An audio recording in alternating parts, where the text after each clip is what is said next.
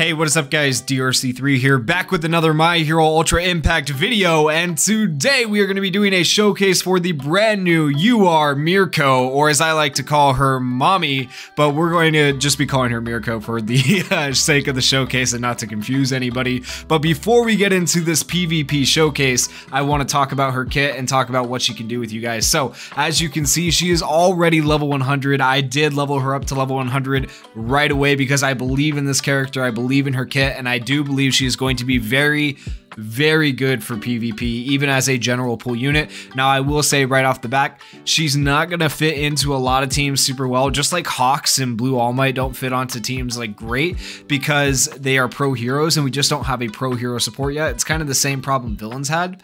So like the best team still is going to be a team where you can run like a UA high healer. So typically UA high teams are going to be the best, specifically the fantasy teams, but Mirko can still find some uses. And eventually, when we do get a support pro hero, she's just going to be phenomenal. Like, pro heroes are going to be at the top of the meta, really good. Don't know when that's going to happen in the future, guys, but I'm predicting it now. So I would start working on your pro heroes, work on Mirko specifically, because she is going to be like the staple to the pro hero team. She is so good. Anyways, as you can see, her advanced leveling is all the way done. I was actually lucky enough to get a second copy of her. So I got the extra DX piece route, and so her advanced leveling now goes up to 9,000, 1,800, and 180 instead of the normal like 5,000 for HP. So that's why it doesn't look like it's quite done, but it's all the way done for the first step at least. And then her ability boards, let's talk about her ability boards. I have her piece route completely finished, as you can see. Her basic route is up to board 10. I am missing a few spaces. I would ideally like to get her up to board 13, but we're going to be doing a board 10 showcase, and for the first part of the showcase, I'm going to take on one of my defense teams, and my defense teams have board 13 characters. So we're using a board 10 character against board 13 characters. All right, so let's talk about her skills. Her plus ultra move is called Luna Tempest. It deals 550% damage to a single opponent. Skill impact is increased relative to character speed, just like Blue Hawks if you've ever used him. Increases skill impact by 30% if the character has a lower max HP than the opponent. And with her being an ABL type, she is typically, especially with the new Ida in the game, going to have lower max HP than the opponent. Her first action skill is called Luna Fall. It deals 175% damage to a single opponent. Skill impact is increased relative to character speed once again. Increases skill impact by 35% if character has a lower max HP than the opponent. So also still very good. Same kind of deal as the plus ultra right there. Cooldown time of 4 is really good. She has 2 cooldown times of 4. I talked about this before in one of my previous videos. That is phenomenal, especially for a PvP character. Her second action skill is called Luna Ring. It deals 150% damage to a single opponent. Skill impact is increased relative to character speed once again. Also increases skill impact by 50% when HP is below 20%. So you do want to use her first action skill first, and then her second action skill second. That way, hopefully, you're closer to being below 20% to get that extra skill impact boost on the second action skill. Her first auto skill, this is what makes her really good. This auto skill right here, Brave Bunny, increases speed of all allied pro heroes by 30%. 30% is insane. Like, you factor in Aizawa, like if you have Aizawa as one of your pro heroes, Aizawa is giving himself an increased speed boost plus her 30% on top of that. It's massive, and I'll show you guys when we get into the game like the speed boost that you get. But basically, if you're running an all pro hero team, you are almost guaranteeing that you're getting the first turn with this character on your team. Once per battle gives character ability to make a last stand one time when HP is below 50%. That is pretty good. I wish it gave it like 2 times, maybe 3 times, it'd be a little bit better. Survival instincts of the rabbit though kind of makes up for that.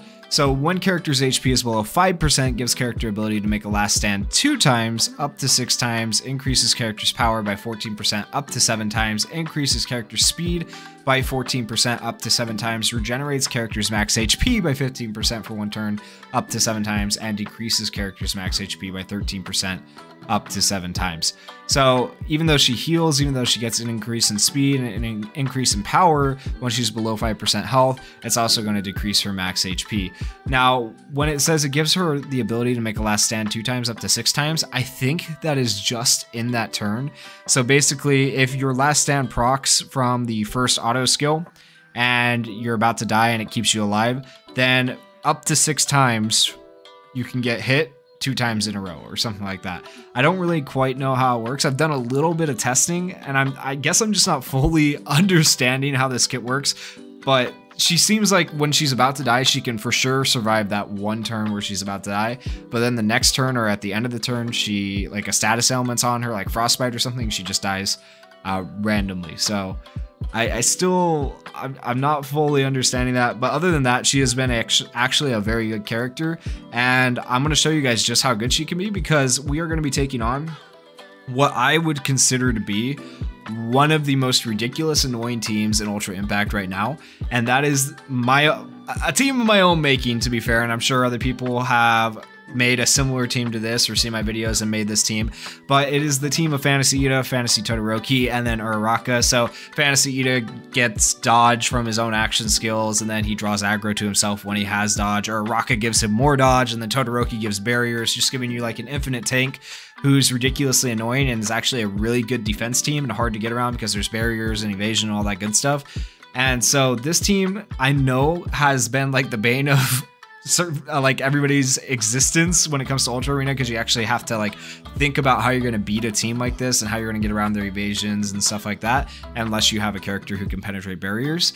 So this team right here with Mirko on it is actually really good, and it makes it possible to perfect this team. So I probably shouldn't be showing you guys how to beat my team, but I'm going to show you guys how to beat. This is the literal defense team that I run in Ultra Impact. I'm going to show you how to perfect my team. So let's go ahead and hop in. And as you notice, we only have 376,000 BP with this team, whereas my defense team has 393,000. So pretty crazy. All right, so as we get into this, before we even get into the battle, I want to take you guys into the menu. I want you to look at Mirko's speed. Mirko has a 77% speed buff, absolutely ridiculous.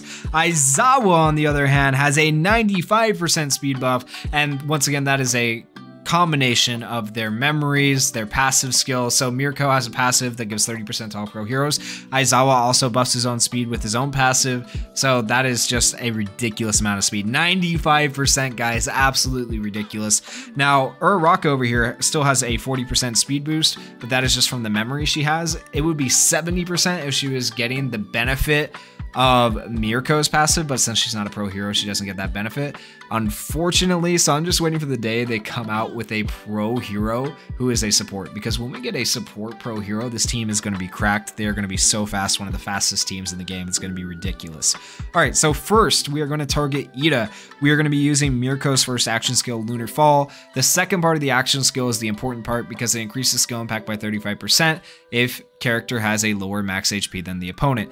This does not mean you have to lose HP to get that extra skill impact. What it means is, out of your base stats, if your base HP is lower than their base HP, you are getting that extra 35% skill impact, and that is really good. It also counts as a technical hit, so Mirko can actually be decent in VE Tower.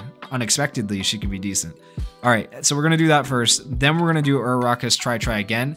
The important part, once again, is the second part of this ability. Increases max HP of all allies by 25% for 3 turns. If we increase Mirko's max HP, she might not get that extra skill impact. So that's why we're using this action skill second after Mirko's already used her action skill. That way we for sure get that extra skill impact. Next, we are going to target Ida with the Bind. And the Binding Cloth has a medium chance of sealing. Let me redo all that though, just to make sure I didn't mess it up. Okay, so we're gonna do that, and that.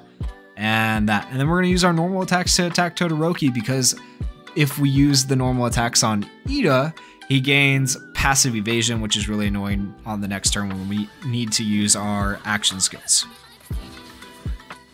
And we landed the bind, which is perfect. So that ensures that next turn they're only gonna have 2 action skills to work with, meaning we are for sure gonna be faster no matter what. And the reason that's important is because Fantasy Todoroki is still a pain in the butt, and he lowers all of our team's speed. So if you look right here on Aizawa, we have speed down by 20% for 2 more turns. So that's kind of a pain, but we are still getting a passive 120% speed buff on Aizawa. So I mean, it kind of evens out. That's just, it's insane to me. Actually ridiculous. All right, so we're gonna go ahead and do Aizawa's first, then this, and then we're going to target this on Todoroki. I'm gonna hope that with just the 2 action skills from Aizawa and Mirko, we kill Ida. Okay, he is dead right there. And then we target Todoroki with that. Perfect. Todoroki's gonna give us Team Barrier now, which is kind of annoying because it gives Barrier to Aizawa, which is just like, yeah. But it is what it is. Okay, next we are going to go ahead and do some targeting. We're going to target Aizawa with Aizawa, and we're going to target Todoroki with Uraraka, since Todoroki's barriers and evasion are already gone. And so hopefully Aizawa removes the barrier and evasion for the enemy Aizawa, and Uraraka lowers the defense on Todoroki. Now, ideally, you would like for Mirko to have a plus ultra turn 3. As you can see, she does not. That is because I was unlucky and did not roll the EX skill for increased plus ultra gauge or increase how fast it fills up. Ideally, that's what you would want. Otherwise, you can run like a plus ultra speed memory. I just didn't feel like looking for one. But she'll still work for my purposes pretty well right now, and you'll see why. Okay, so let's go ahead and do... I think we want to actually target... Okay, so we're going to do this, get rid of his buffs. We'll do this, lower his defense, and then we're going to target Uraraka, get rid of her evasion and barrier. So we're going to get rid of it all in one fell swoop. It does require a bit of targeting to do this, but it's not too bad. All right, there's that. And Uraraka stuff's gone. Perfect. That's exactly what we wanted. All right, now comes the fun part. We need to try to get Todoroki dead. All right, so we're going to go for a bind here, hopefully. Oh, he resists the bind. Oh, that's so unfortunate. He's so close to being dead. He's so close. All right. We do have evasion on Mirko, which is good. We'll go ahead and do this and then this. See if we can't kill both of them, potentially. I think that's the goal here. We do get the first turn. We're still faster, so that's good. Okay, we're going to be really close to killing them. And she dodges that, which is beautiful. Okay, now we just have to kill Bakugo. Bakugo does some damage, so ugh. It's getting hairy. It's getting hairy. Okay. There we go. We got the evasion. Forget you, Bakugo. Plus ultra, 34,000 damage. She's going to hurt us right here, but we survived because of our last stand. Oh, Mirko hanging on by a thread. She definitely doesn't make it through this turn. She definitely doesn't make it through this turn. I wanted to show you guys how to perfect this, but I messed up. It's pretty dang close though, and this is one of the hardest teams to beat in Ultra Impact, so I'll take this run. I think I've sufficiently showed you guys how ridiculous Mirko is, and just that one passive alone of buffing Aizawa's speed is so freaking ridiculous. Okay, let me just double check here. I don't think she still has the last stand. Once only allows character to keep fighting with 1 HP after being knocked out. So she'll survive, what, 1 hit? The 1 hit from Bakugo, and then she dies. So, oh, all right, let's go. There it is. Oh, okay, but her guts kicked in. That's the second part of the passive. Okay, so like I said, I wasn't fully understanding the passive. Now all her last stands are gone. She is completely out of last stands, but it's okay because we still have a chance to perfect this. Crazily enough, like somehow, some way, we have a chance. Okay, we're gonna do this on him, then this, and then we go for the bind on Uraraka. Okay. Okay, do we kill her before? We did it! We did it! We perfected it! We perfected one of the hardest teams in Ultra Impact to beat and get a perfect on. All thanks to Mirko's speed. That speed made all the difference in the world. I was getting so nervous. I thought I made a mistake there. I thought we weren't going to be able to do it, but we did it. That was actually, whew, made me nervous. Anyways, guys, wow, Mirko looking phenomenal. Absolutely ridiculous. And I know normally I take on other teams, but I feel like my team right there was like one of the hardest potential teams we could have taken on. So that's why I took it on. Hopefully you guys enjoyed that showcase. And if you guys enjoyed that showcase, please go down there, hit that like button, hit that subscribe button. We are getting so close to 1,000 subscribers. Thank you. Massive shout out. Thank you so much to everybody that has subscribed to the channel. I appreciate every single one of you. Like, seriously, thank you so much. Go down there, leave me some comments about what you guys thought about Mirko, and peace.